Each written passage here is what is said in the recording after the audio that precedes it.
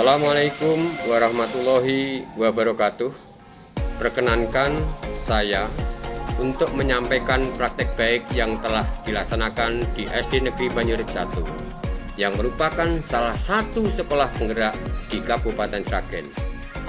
Praktek baik ini berjudul Strategi Smile dalam Penyusunan KOSP, disusun oleh Suwarti, Kepala SD Negeri Banyurip 1, Perwilcam Bidang Pendidikan Kecamatan Jenar, Kabupaten Sragen. Selamat menyaksikan.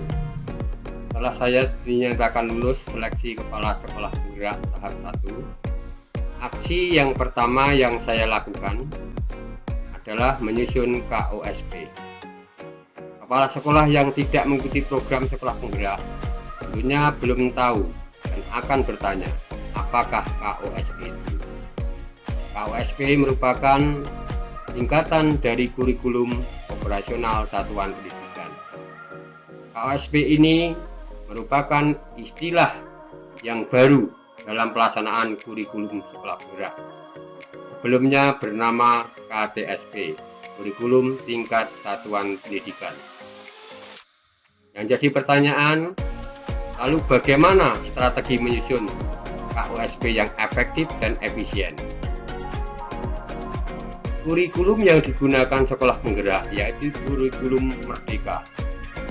Kurikulum Merdeka merupakan penyempurnaan dari kurikulum selama masa pandemi COVID-19 yang disebut dengan kurikulum paradigma baru. Kurikulum Merdeka merupakan hal yang baru atau asing di telinga para praktisi pendidikan. Menyikapi hal yang baru ini dengan smile atau senyum dan berpikir positif atau positive thinking. Apakah strategi smile itu? Strategi smile merupakan akronim dari S. Sosialisasi, M. Motivasi, I. Intervensi, L. Loyalitas, E. Ekonomis. Strategi smile yang pertama yaitu sosialisasi. Sosialisasi kurikulum Merdeka diawali sosialisasi kepada warga sekolah yang terdiri dari guru, tenaga kependidikan, siswa, komite sekolah, dan orang tua siswa. Sedangkan untuk sosialisasi penyusunan KOSP dikhususkan untuk komite pembelajaran, guru, dan karyawan. Tujuan dari sosialisasi ini adalah untuk meminimalisir kesalahpahaman dalam penerapan kurikulum Merdeka, terutama untuk penyusunan operasional tingkat satuan pendidikan.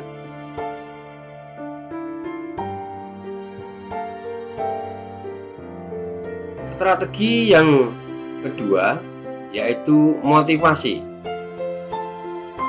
Motivasi perlu diberikan kepada guru-guru yang masuk maupun yang tidak masuk dalam komite pembelajaran agar dapat menyelesaikan tugas dan tanggung jawabnya selesai tepat pada waktu.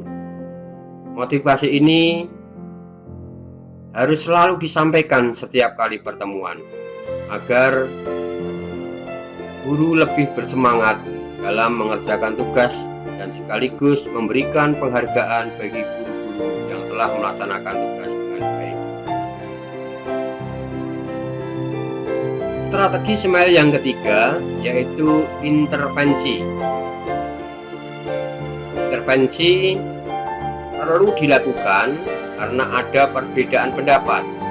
Bila perlu, melibatkan pelatih ahli atau pengajar praktek. Hal yang baru tentunya banyak pendapat yang berbeda antar guru maupun kepala sekolah. Oleh karena itu, perlu dimediasi agar tercipta persamaan persepsi sehingga dapat menghasilkan karya yang optimal.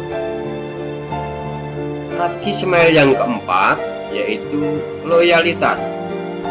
Sikap loyalitas memperlihatkan komitmen dan dedikasi tinggi bekerja selesai tepat waktu. Sikap loyalitas akan menunjukkan rasa hormat akan keputusan yang telah diambil bersama. Oleh karena itu, sebagai kepala sekolah perlu menghindari sikap marah yang berlebihan, karena bawahan juga memiliki perasaan.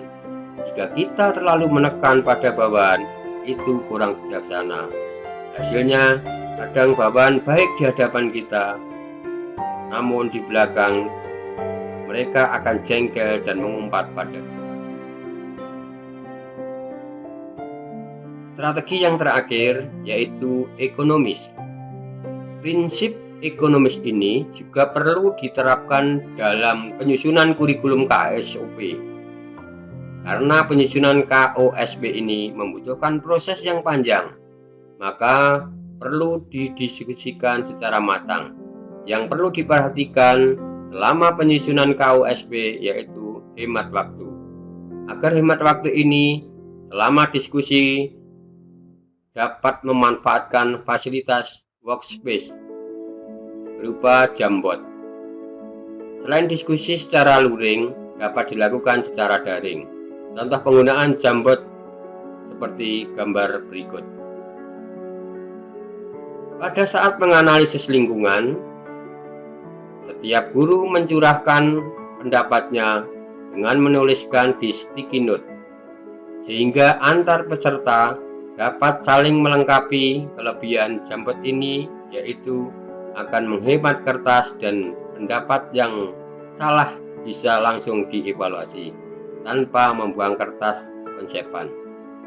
Agar ekonomis, berikutnya yaitu mencetak dokumen kalau sudah benar-benar fix sehingga lebih menghemat kertas. Kesimpulan dari praktek baik ini yaitu hal yang baru perlu disikapi yang positif.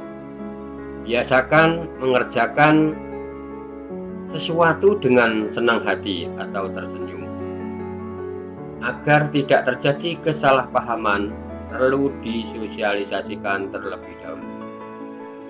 Berikutnya, perlu saling memberi motivasi. Jika terjadi perbedaan pendapat, perlu adanya penengah. Dalam bekerja harus memiliki target. Hemat dalam menggunakan anggaran biaya. Demikian praktek baik ini kami sampaikan.